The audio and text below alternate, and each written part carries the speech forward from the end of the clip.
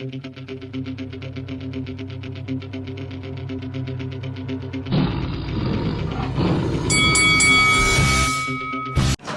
this is Eddie Hearn, and you're watching Lights Out. This is Faisal Khan for Lights Out, proudly sponsored by Spartans Law. We're here in Liverpool for Fight Week, where Natasha Jonas defends her IBF Welterweight Championship of the World against Michaela Mayer. Delighted to be joined by Charlie Edwards. Charlie, good afternoon, brother. Firstly, how you doing? Yeah, I'm doing great, thanks. It's nice to be on the Fight Week, and I'm looking forward to watching Natasha Jonas shine in Liverpool. She's a good friend of mine. I've been on the GB squad with her for years, so it's nice to come down here and see her headline her home city and show some support. I'm also over here training with Stephen Smith, who I'm being coached by now down at the Rotunda ABC.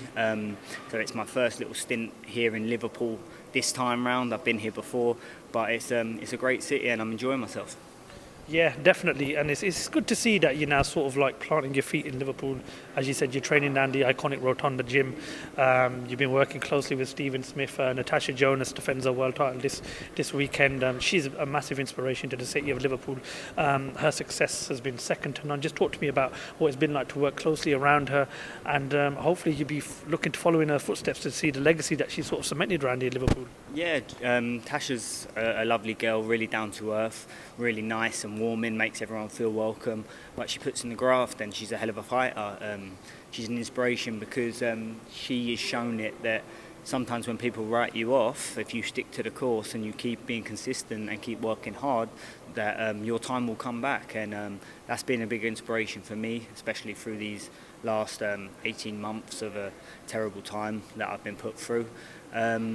It keeps your dream alive. I'm seeing her shining here, seeing her putting in the performances, seeing her winning world titles again, and it's going to come back. So, yeah, she's a real inspiration, and she's especially for boxing, she is like an inspiration for younger males and females to take note of that hard work really does pay off. I mean, as you mentioned, you're working closely at the Rotunda, the iconic Rotunda boxing gym. You're working with the Smiths. So, yeah, just talk to us about the sort of new chapter in your career. What have you been doing down there at the Rotunda, and what's the relationship going to be like with you and Stephen Smith, and what's the plans going into 2024 now?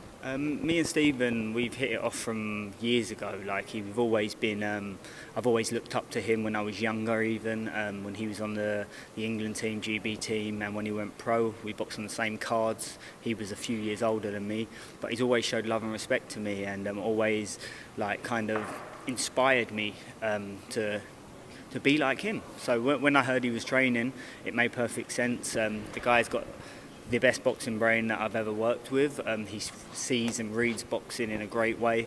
He understands that every fight is different and every fighter has strengths and weaknesses which you've got to adapt and work to, and not every fight is the same.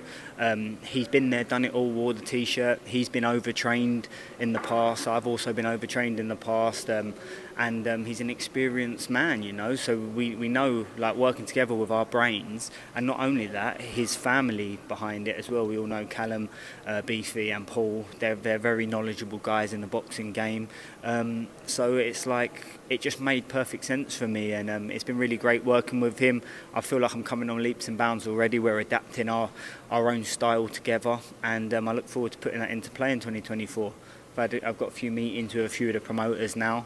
2024 is a new year, all the negativity is in the past, and we can move forward. And now I'm managing myself, and no one's going to be blocking me or it's too hard to work with or whatnot. We can get these fights along the line, and I'm looking to get into big fights.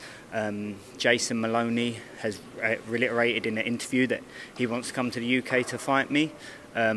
So all it takes is for a few things to get done, and that could be a potential big fight, and I'll be ready to jump into that straight away. I've been very consistent with what I've been doing outside of the ring. I've been training, living the life as a professional athlete, probably training harder than most people do in training camps, ready for my time to shine, and I do believe 2024 is the time. So I'm looking forward to these conversations that I'm going to be having over the next week or so. Hopefully get a fight in as soon as possible, and head for the big boys, because I'm only getting better and better with age. My experience is coming. I've filled out into the bantamweight division, and I'm firing. So I'm looking forward to it. As you just mentioned, you're currently speaking to promoters, but you're going to be managing yourself. Charlie, is it fair to say that perhaps you haven't had the easiest of relationships with past promoters, and is it important that 2024 is